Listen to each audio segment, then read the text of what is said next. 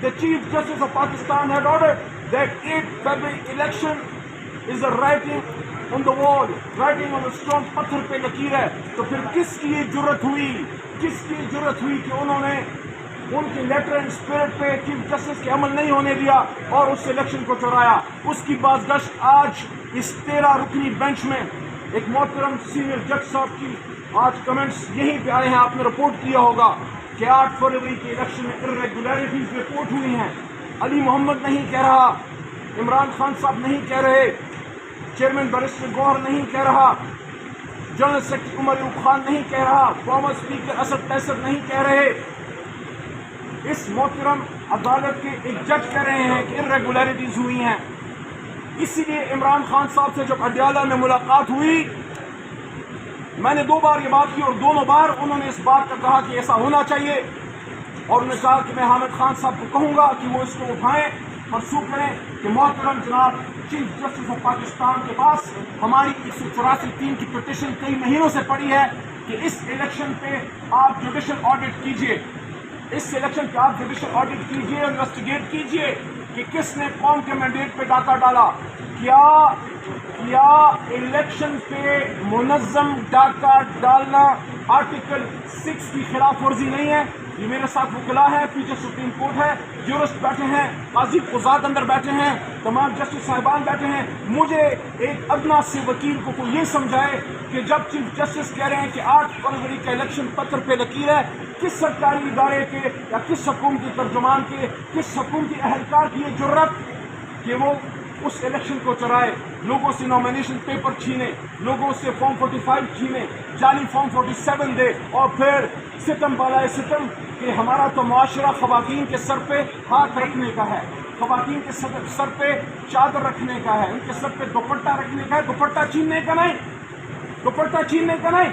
اس election میں پاکستانی خواتین, تحریک انصاف کی خواتین کے سروں سے دوپٹے چھینے گئے, چادر چار دیواری کا تقدس پامال کیا گیا, اور ستم بالائے ستم اس پہ آپ کا کلیجہ ٹھنڈا نہیں ہوا.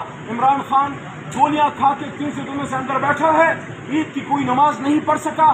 6 بایات کے سل میں جب اس بار ایک قیامت خیز گرمی ہے, آپ نے امت کے لیڈر پہ پنکھا تک بند کیا ہوتا ہے, لوڈ شیڈنگ, شرم نہیں آتی آپ کو, اس کو اندر رکھا ہوا ہے.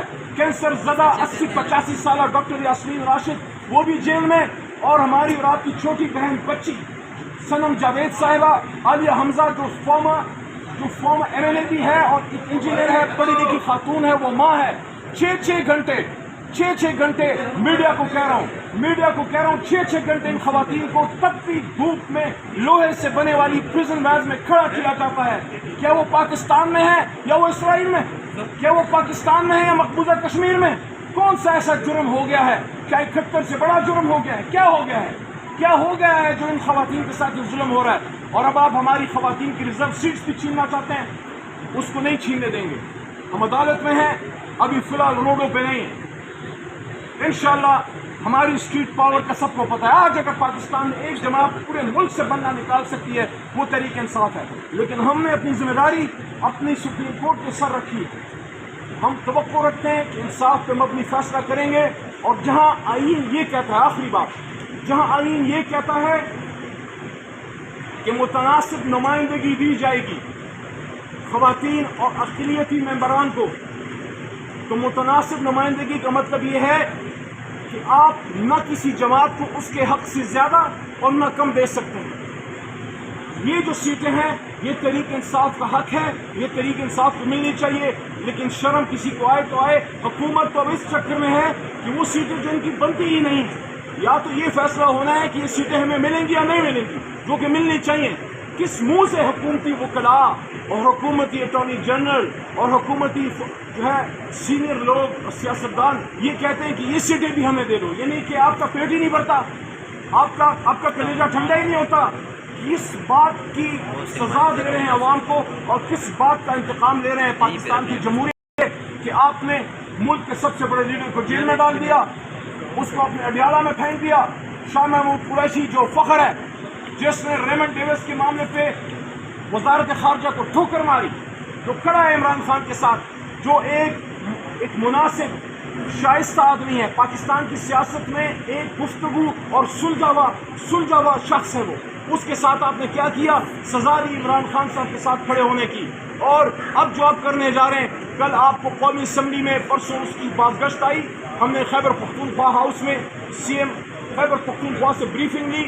پاکستان تحریک انصاف کی پارلیمنٹری پارٹی نے چیئرمین بیرسٹر گور کی صدارت میں، اور اس نے بریف کیا، سی ایم کے پی نے بریف کیا کہ کوئی عزم استحکام ان کے سامنے کوئی آپریشن کی بات نہیں آئی، نہ انہوں نے منظوری دی ہے.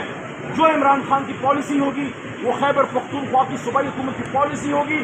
اور یہ میں آج پورے پاکستان کے میڈیا کے سامنے تحریک انصاف اور عمران خان صاحب کی طرف سے کہنا چاہتا ہوں کہ ہماری خیبر پختونخوا کی حکومت خیبر پختونخوا میں کوئی آپریشن عوام کی مرضی کے بغیر نہیں ہونے دے گی. عمران خان صاحب کے پاس آپ کو جانا پڑے گا. 25 کروڑ کا لیڈر ہے، 2/3 اکثریت کا لیڈر ہے.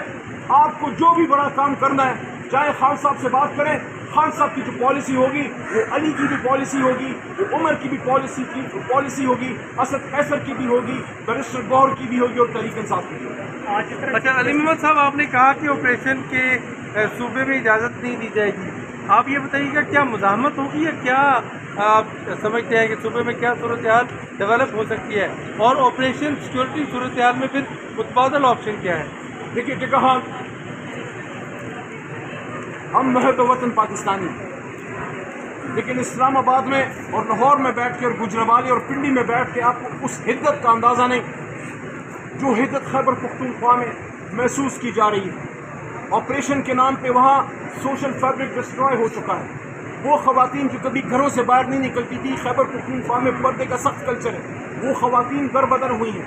ہمارے وہاں خیبر پختونخوا میں کوئی گھر ایسا نہیں جہاں جنازہ نہیں گیا، کوئی حجرہ ایسا نہیں جہاں دھماکہ نہیں ہوا، کوئی مسجد ایسی نہیں، جنازے، شادیاں، علماء کرام، مساجد، مدارس، بازار، عید، ہر جگہ یہ سارے واقعات ہوئے ہیں.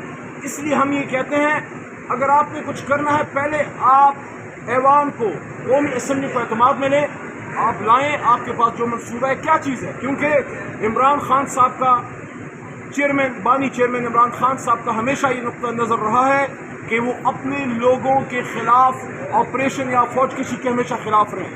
لیکن اگر آپ سمجھتے ہیں کہ آپ کے پاس کچھ ایسی چیزیں ہیں جس کے لیے آپریشن ضروری ہے، تو پہلے اس کو قومی اسمبلی میں پیش کریں. اگر اوپن نہیں کر سکتے، ان کیمرہ کریں. آرمی چیف آئے، ڈی جی آئی آئے، جس طرح ہمارے دور میں ہم نے بلایا اور پورے ایوان کو ہم نے اعتماد دلوایا، وہ آئیں یہاں پارلیمنٹ میں، سب کو بریف کریں اور عمران خان صاحب کو آپ بتائیں کہ آپ کیا کرنا چاہتے ہیں. عمران خان صاحب کو مطمئن کیے بغیر، خیبر پختونخوا کے عوام کو مطمئن کیے بغیر کوئی بھی کام جو ہے وہ قابل قبول نہیں ہے.